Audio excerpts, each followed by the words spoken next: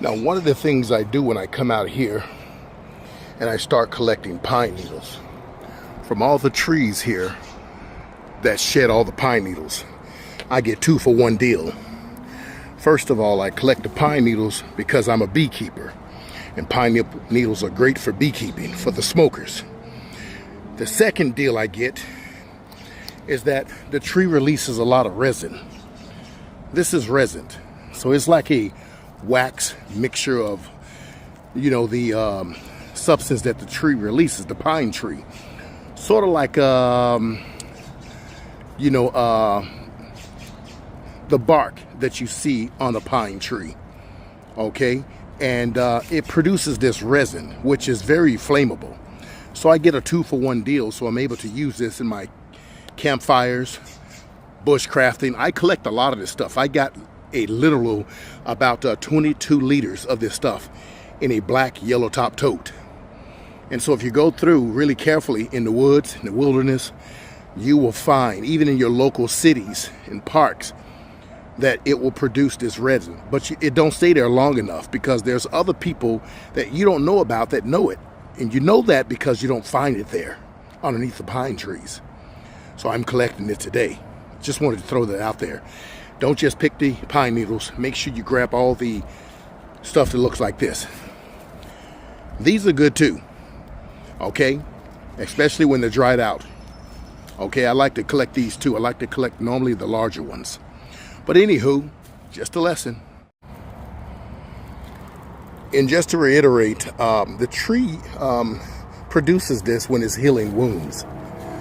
And so it's not going to hurt you to pull from the tree. We collect a lot of things from pine trees. Okay, we collect some of the bark that produces resin called fat wood, so that we can easily start fires. You can pull this from the tree. It has all the resin in there. Look at that. Isn't that amazing?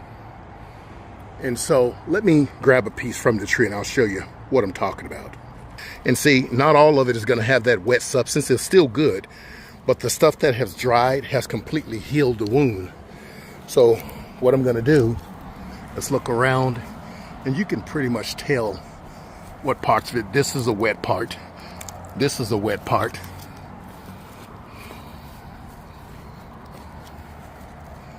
You got a lot of wet parts up there, tons of it. But I'll get a small piece and show you. See how sticky that is? See that? It's like gum. This is a really, really good piece. A small piece, but enough to really start a fire. I'm going to show you folks what that's like also. But I'll collect one more handful of pine needles and stuff it in here, and we'll get to stepping. All right? All right. So I wanted to give you an example of how flammable these items are. So we are gonna test out the pine needles, which is great for beekeepers when using their smoker. I do have a pail of water over here because it's very difficult to put the resin from the pine tree out. So we're gonna go ahead and just take a few needles, not much, and we're gonna go ahead and light this up here. Got a little wind out here today.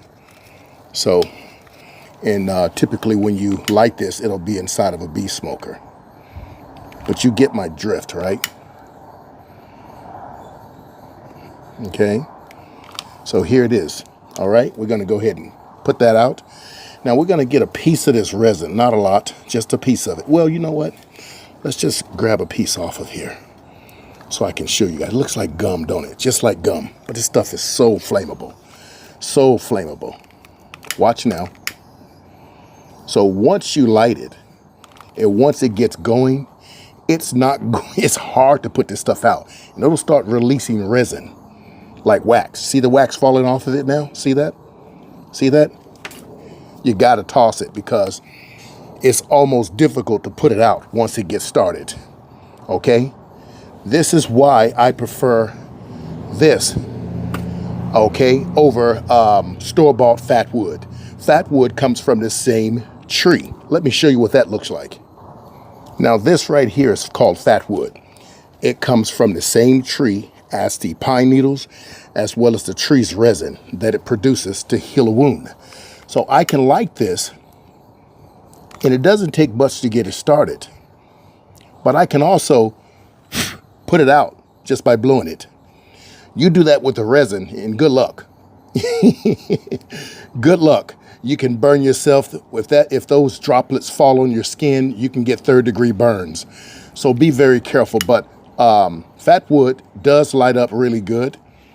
I also like to use these inside of a smoker when I do beekeeping also, besides camping. But I can't use it this way. Let me go ahead and dip that in the water, and I'm gonna leave it outside so there's no soldering going on inside of it. But what you can do what I do when I go camping. I take the fat wood. We're gonna ignore this here. This is not fat wood. This here is fat wood.